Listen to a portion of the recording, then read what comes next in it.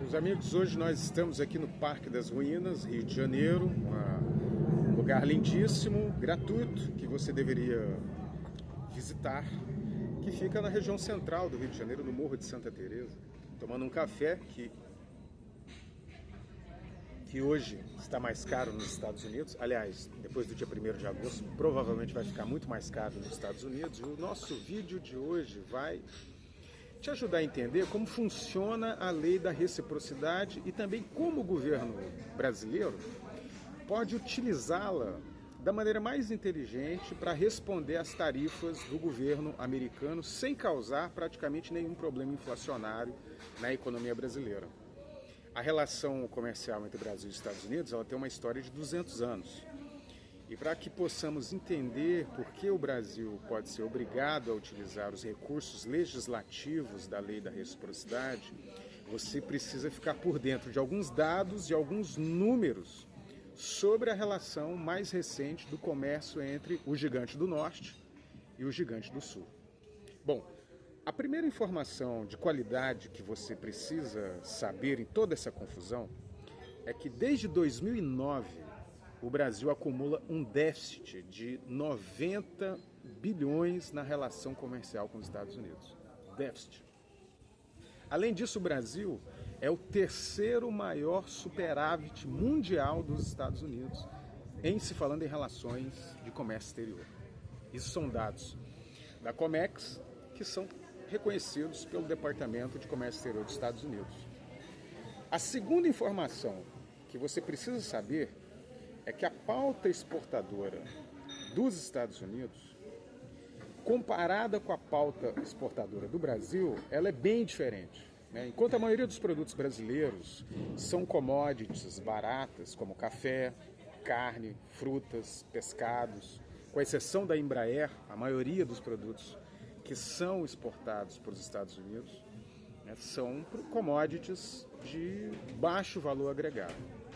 Diferentemente dos Estados Unidos, que exporta para o Brasil produtos de alto valor agregado, como produtos de refino do petróleo, como óleos lubrificantes, máquinas, peças, produtos farmacêuticos, anota isso, e outras manufaturas de luxo, né? Então esses são os produtos dos Estados Unidos. O que significa isso? Significa que se a gente comparar as duas pautas exportadoras, do Brasil e dos Estados Unidos, nessa relação bilateral comercial, os Estados Unidos estão tirando uma ampla vantagem, né? E a situação do Brasil é uma situação vulnerável, uma situação economicamente desvantajosa, tá? Já há muito tempo. Bom, tudo isso faz a gente entender, e é muito fácil até para uma criança entender, que os motivos que levaram o governo americano a taxar o Brasil, os produtos brasileiros, eles não são econômicos, tá? O motivo que levou os Estados Unidos a aplicar uma taxa de 50% nos produtos brasileiros, uma taxa pornográfica, tá? Eles são eminentemente políticos e são dois motivos centrais. Anotem aí. Primeiro, a relação do Brasil com o BRICS. O Brasil hoje é o presidente rotativo do BRICS. Todo ano é um presidente diferente, é um país diferente. E o Brasil hoje, a presidência está no Brasil, a cúpula dos BRICS foi no Brasil, né, aqui no Rio de Janeiro. Então, como os BRICS é uma articulação comercial, geopolítica alternativa à influência do imperialismo norte-americano, então isso tudo tem irritado muito o governo americano. O segundo motivo é a tentativa dos Estados Unidos de classificar o regime político brasileiro como autoritário e que estaria perseguindo Jair Bolsonaro e os seus aliados. E a gente sabe muito bem que há uma conexão íntima entre a família Bolsonaro e o governo norte-americano, especialmente a ala mais radical do Partido Republicano. Então pensem comigo, se os motivos que os americanos estão escolhendo para iniciar uma guerra comercial com o Brasil são evidentemente políticos. Então, muito provavelmente, o Brasil pode ser obrigado a ter que utilizar os recursos legislativos da lei da reciprocidade. E aí eu quero explicar para vocês quais são os instrumentos que essa lei oferece para o governo brasileiro poder responder a esse ataque comercial e como seria a maneira mais inteligente de utilizar a lei da reciprocidade nesse momento, caso todas as negociações não tiverem sucesso. Tá? Bom, a lei da reciprocidade ela foi aprovada pelo Congresso Nacional no dia 2 de abril de 2025, às vésperas do grande anúncio do governo americano da primeira onda de tarifas, aquilo que o Trump estava chamando de Liberation Day. Ele fez uma primeira onda de tarifas. Tá? Bom, quais são esses recursos disponíveis, né, nessa lei que o governo brasileiro pode usar quando sofrer um ataque unilateral numa relação comercial como nós estamos vendo agora. Tá? Lembrando que essa lei foi aprovada quase que por unanimidade por todo o Congresso Nacional, por deputados de direita, deputados de esquerda. Só uma pequena minoria lá de extrema direita que não votou a favor dessa lei. Bom, primeiro, essa lei dá o direito do governo suspender concessões comerciais e investimentos. O Brasil pode suspender benefícios ou acordos com os Estados Unidos. Segundo, imposição de tarifas, taxas ou restrições sobre produtos importados de origem do país em questão.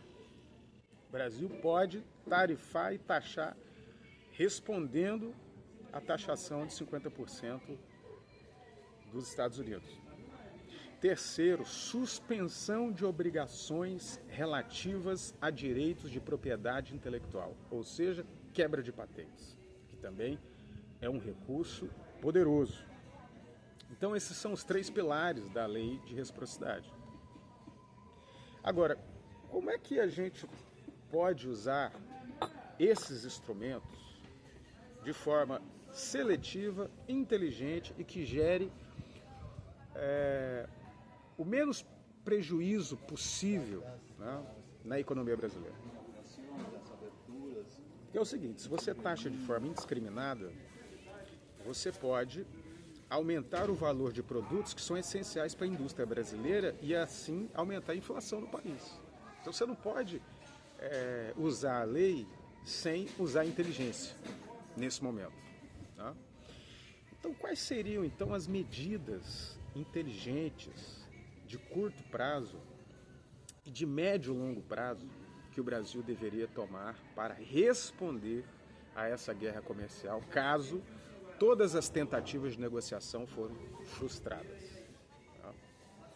Bom, primeiro, taxar produtos importados de luxo ou de alto valor que não tem tanta demanda para o povão aqui no Brasil.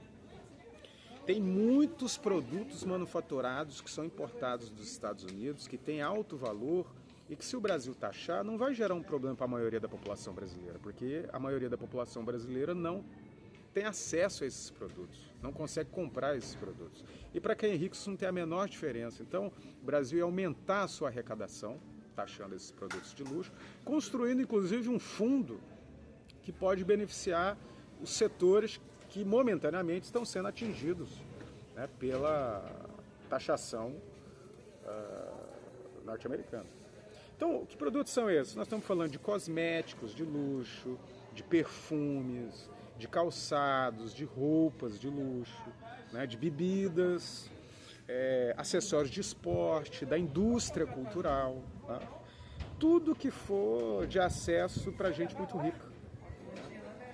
Então, existem muitos produtos manufaturados, industrializados norte-americanos que chegam aqui importados e que eles já são taxados, que você pode aumentar essa taxação.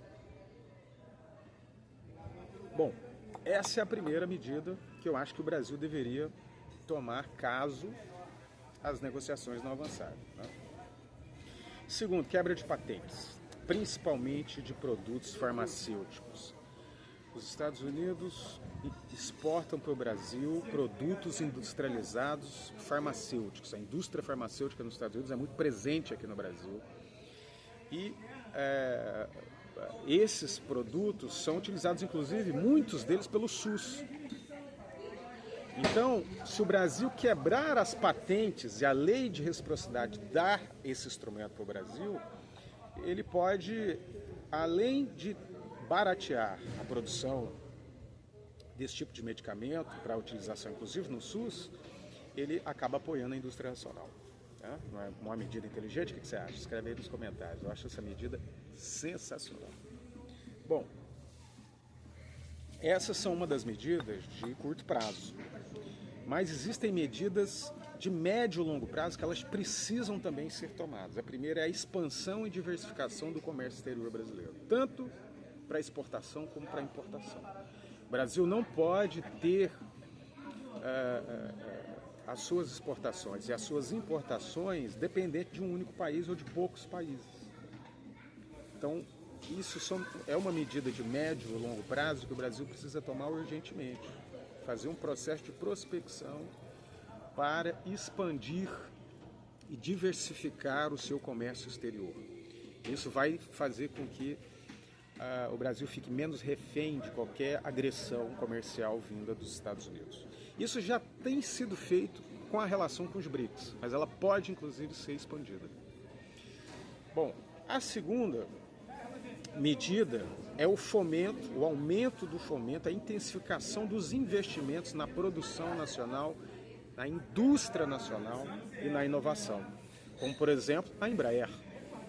A Embraer era uma empresa estatal, ela foi privatizada e depois ela quase foi vendida para o estrangeiro, inclusive para uma empresa norte-americana. Ela ainda faz parte da indústria nacional. A Embraer deveria ser reestatizada, deveria ser uma indústria prioritária brasileira, porque ela exporta produtos de alto valor agregado, produtos da indústria aeroespacial. Então isso era uma medida de médio e longo prazo importantíssima. Mas além da Embraer, o Brasil deveria selecionar outros nichos industriais, como por exemplo a própria indústria farmacêutica, e fazer grandes investimentos na indústria nacional, em especial a produção industrial estatal brasileira, como Petrobras, como a construção de novas empresas estatais que possam fortalecer a soberania comercial brasileira. Então, vejam que é possível esgrimar com o gigante do norte, fazer uma luta comercial inteligente, sem prejudicar a economia doméstica brasileira e fortalecendo a indústria nacional e a soberania do Brasil num mundo que passa por uma conjuntura conflituosa, onde o Império Norte-Americano está dando uma batalha para não perder a sua hegemonia, para não deixar o mundo ficar mais multipolar. E nós vamos ter que entrar nessa briga cada vez mais com o nosso orgulho de ser brasileiros, defendendo a nossa soberania e não aceitando nem os agentes que existem aqui no Brasil, que querem entregar o país para os interesses dos gringos. E para isso, nós dependemos muito da mobilização popular e da população brasileira nesse momento, estar junto com o governo brasileiro, com as autoridades brasileiras na defesa da nossa soberania. É isso, gente. Um grande abraço para vocês e mais uma vez, venham visitar o Parque das Ruínas. Olha que lugar bonito. Aqui é só um pedacinho aqui que vocês estão vendo aqui atrás, mas aqui tem uma das vistas mais lindas do Rio de Janeiro. Até a próxima.